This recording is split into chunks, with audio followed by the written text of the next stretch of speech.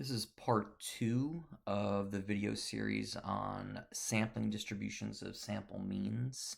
This video will focus purely on the application of some of the theoretical concepts we talked about in the previous video.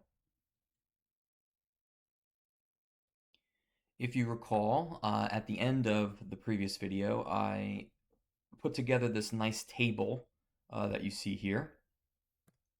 The table basically compared populations to sampling distributions in terms of how we handle them, their mean and standard deviation, as well as how we standardize them.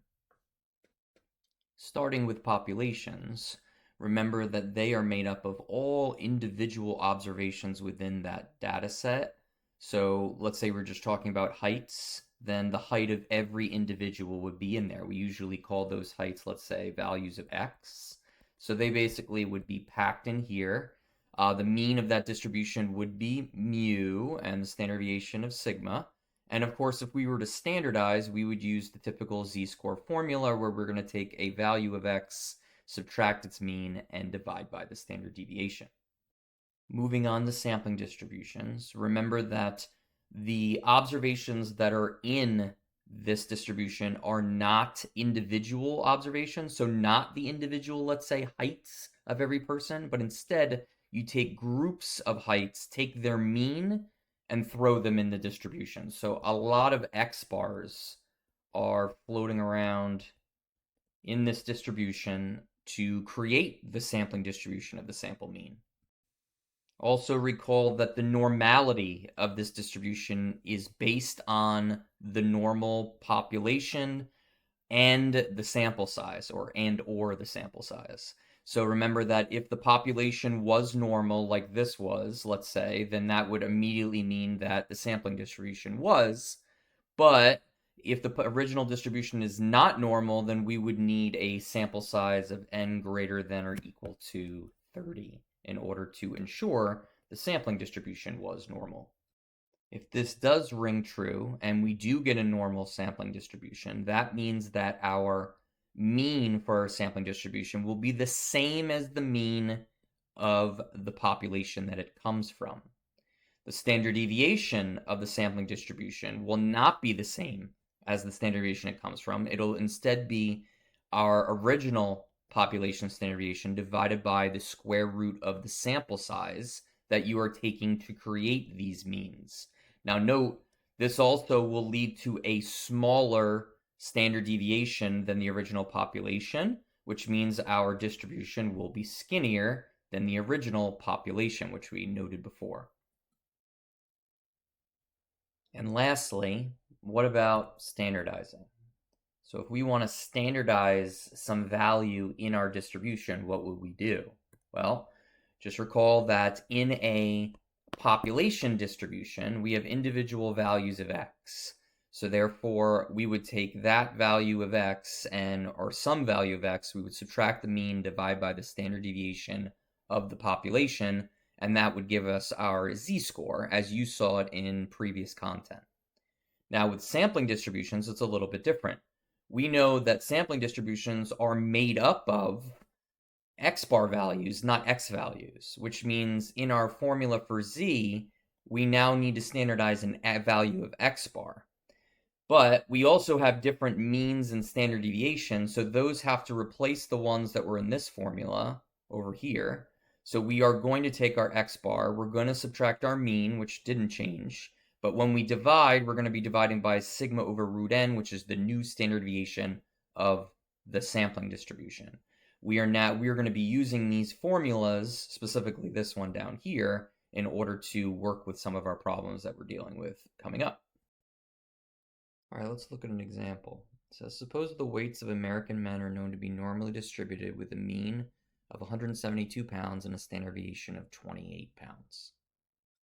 The first observation really to be made here is that they are describing basically the population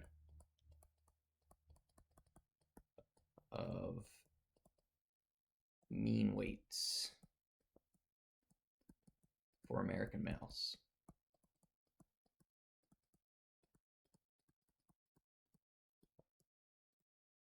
So to be clear, they're talking about this right here, the population, which means that's the population that has all the individual weights in them. And they did mention that it's normally distributed as well. So we could say, hey, this is going to be normal with a mean of 172 and a standard deviation of 28. Okay, the first question that they ask is, what is the probability that a randomly chosen American male weighs less than 187 pounds? The key terminology here is randomly chosen American male. So when you say that, you're literally referring to each individual weight. So we're actually referring to the value of x. So we're looking for the probability that a value of x is less than 187 pounds. This is actually a review of the previous section and always a good place to start when teaching about sampling distributions. Why? Because students need to know the difference between whether you're dealing with a population or a sampling distribution, and this is the way to do it. So why don't we go ahead and do this review problem just to give everybody a good reminder of how to accomplish this in finding the probability. So we have our normal distribution, right? Specifically our population. We know that it has a mean of 172. And if we go out about to the first inflection points each way, then we add 28 one way and we subtract 28 the other to get just an idea of where all the numbers are going to fall. We're specifically in this problem looking for the probability that a value falls below 187. So that gives us about an area about right here. We'll just say 187. And we're looking for the shaded area below it. So why don't we go ahead and do the review for this? So how do we do that? Remember, we always have to standardize. So our z value would end up being 187 minus 172 over 28. That is going to give us, let's see, about 0.54. So therefore, this is equivalent to the probability that z is less than 0.54. So because it's a less than area, all we have to do is look up 0.54 in the z table, right? So to do that, we just go here, and we get about 0.7054. Okay, and that's it. That is the probability that a randomly chosen American male weighs less than 187 pounds. Now let's move to the new material. It says, what's the probability that the mean weight of 16 randomly chosen American men is less than 187 pounds? Now, if you look at these two questions, they look similar. But the big change is between the highlighted values. So this was the probability that a randomly chosen American male weighs less than 187 pounds. This is the probability that the mean weight of 16 randomly chosen American men is less than 180 pounds. So instead of finding the probability that a single observation of X, which remember are all the values that are in our population, we're looking for the probability that a value of X bar, a mean weight, is less than 187 pounds. So note what fills up our sampling distribution, values of X bar. This is the key difference in understanding how to approach problems that are in chapter, I guess it's 7 versus chapter 8, these two different chapters. So what is the big difference? Essentially, this represents the sampling distribution of sample means for samples of size 16. So just like in the previous video when I was pulling out samples of size 30 over and over and over again, this time I'm pulling out samples of size 16 over and over and over again. Okay, before we move on, we must ensure that what we're dealing with here in terms of the sampling distribution is normal, or we're not going anywhere with this. So the initial instincts for students is they immediately see the 16 and red flags go up, right? So we know that we usually need a sample size of 30 to get to a normal sampling distribution. But remember, there was one exception to that, as covered in the previous video. If the population was normally distributed, which it was, then it doesn't matter what the sample size would be. The sampling distribution will be normal no matter what. So in this case, we do know that this is going to be a normal sampling distribution just based on the population being normal. Okay, the next goal here is to find the mean and standard deviation. So remember that, based on our rules up here, a sampling distribution is always going to take the same mean as the population, which was 172 over here. And the standard deviation of the sampling distribution is not going to take the standard deviation of the population. Instead, it's going to be the standard deviation of the population divided by the square root of n. Well, that's going to be 28 divided by the square root of our 16. That is going to end up being 28 divided by 4, which is 7. All right, so just remember here, we're dealing with, first we had our population distribution in terms of the mean and standard deviation, and now we have our sampling distribution, which is going to be a lot less spread out. We're dealing with a 7 versus a 28, so that's why in the theoretical video, when I was drawing the distributions, I made these a lot skinnier. Now, do you have to do that in terms of drawing it to scale? No. But again, I like doing it so that students have context on what's actually going on. So this is our sampling distribution, and the center is going to be the mean, which is 172. We are now going to be packed in a little bit here. So instead of going way out like we did over here, right? Now we're going to be a little bit closer to the mean. It actually might even be closer than this, but I just want to create enough space here. So this is going to be 179 because we're going to go 7 to the right. We want to go 7 to the left and get 165. That'll give us an idea of how these distributions are different in terms of their spread. But again, note, what did we want? We wanted less than 187. So the question is like where 187 is in context to where these numbers are. Well, why don't we go out another standard deviation marker just to see? So this looks like if I go another 7, I'm going to get 186. So that means 187 is going to be right next to that, right over here, and we're looking for the amount of area below it. You'll see that this is going to be a significantly more amount of area than was up here. 187 is actually much farther out in the tail of the sampling distribution than it was in the population. So we are expecting a much larger probability for our response or result. Okay, so just to be clear, in the previous problem or previous example above here, we wanted the probability that X is less than 187. In other words, a randomly chosen American male. Now we're looking for the probability that the mean weight of 16 randomly chosen American men are less than 187. So we're looking for the probability that X bar is less than 187. So how do we do that? Not a whole lot different. We just have to be careful with our standardizing. So remember, back up here, our original formula, which was right here for populations, we used right here to find our z-score. We now must use this formula in order to find our z-value.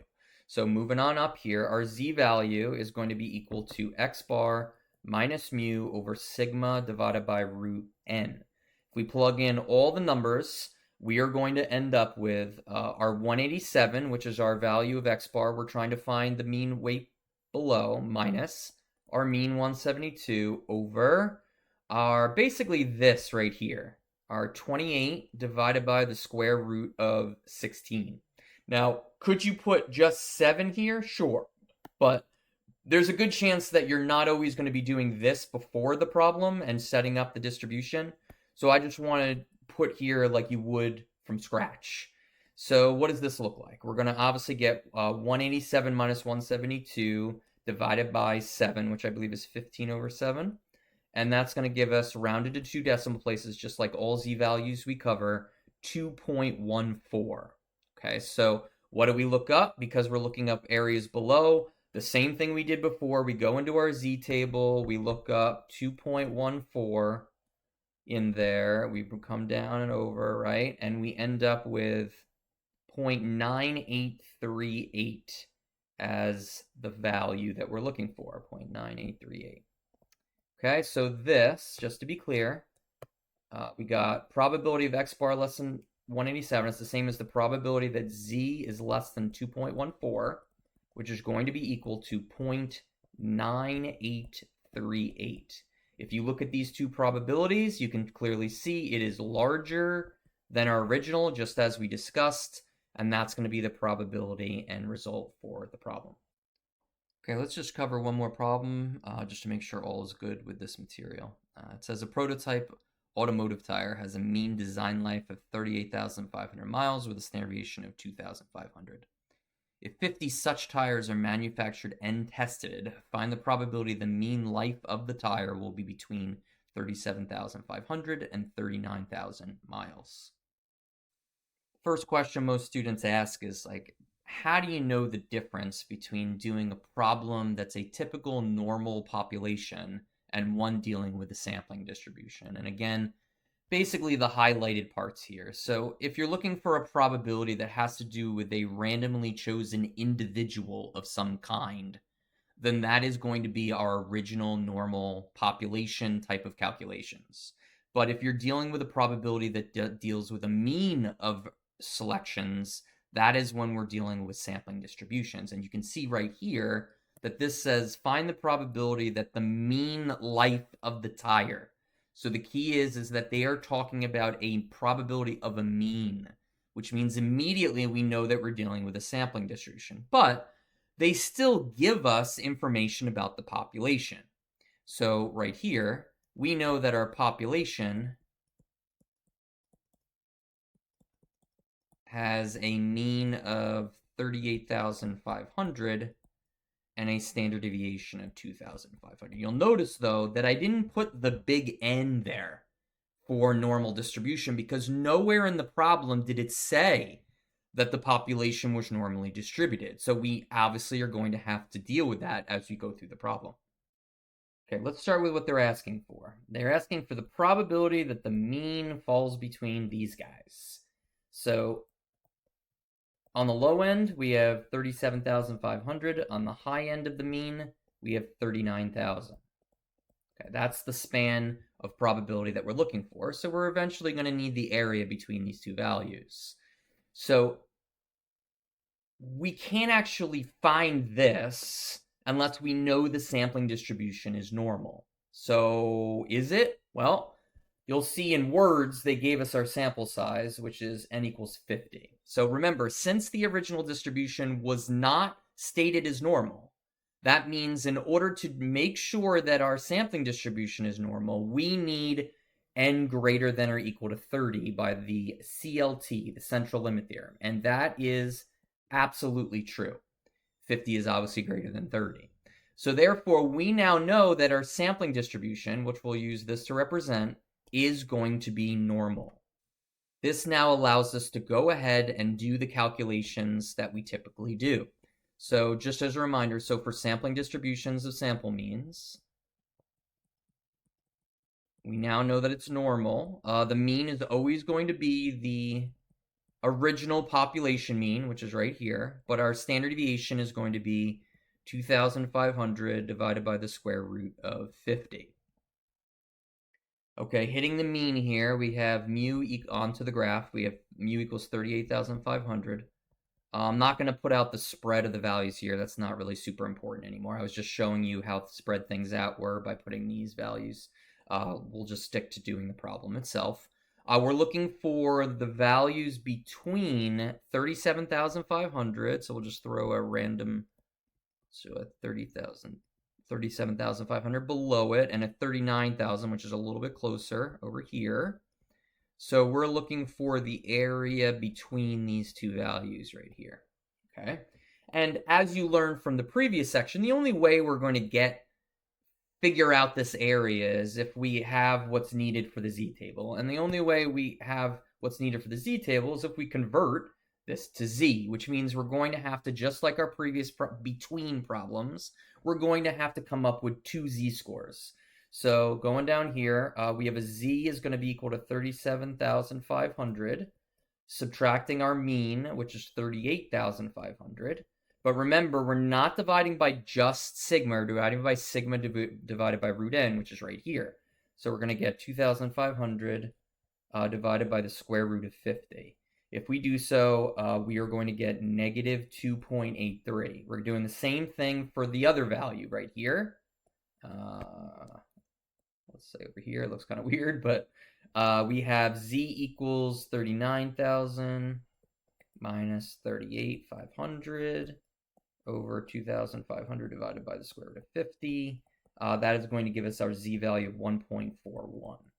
So what are we looking for? Well, we now know that this is equivalent in the standard normal distribution of finding the amount of area between the z values of negative 2.83 and 1.41. So what does that do for us? Well, we find the area, recall from this calculation, we need to find the area below 39,000, which is the area below 1.41. And then we have to find the area below 37,500, which is negative 2.83. And then we just have to subtract them to find out the area between. So if you go into your z-table, I'm just going to write it out here. You can do that on your own. You would get 0.9207 if you find the area below 1.41, and you get the area 0.0023 for the area below negative 2.83. If you subtract them to find the area between the two values, you are going to get 0.9184. So this is a little bit of review, obviously, this part, right? A little bit of review of things before, this stuff too. But remember, the z-score formula has changed a little bit. So that's where the adjustment has to be made. So not brand new material in terms of process, but a little bit of tinkering because we're dealing with sampling distributions instead of populations.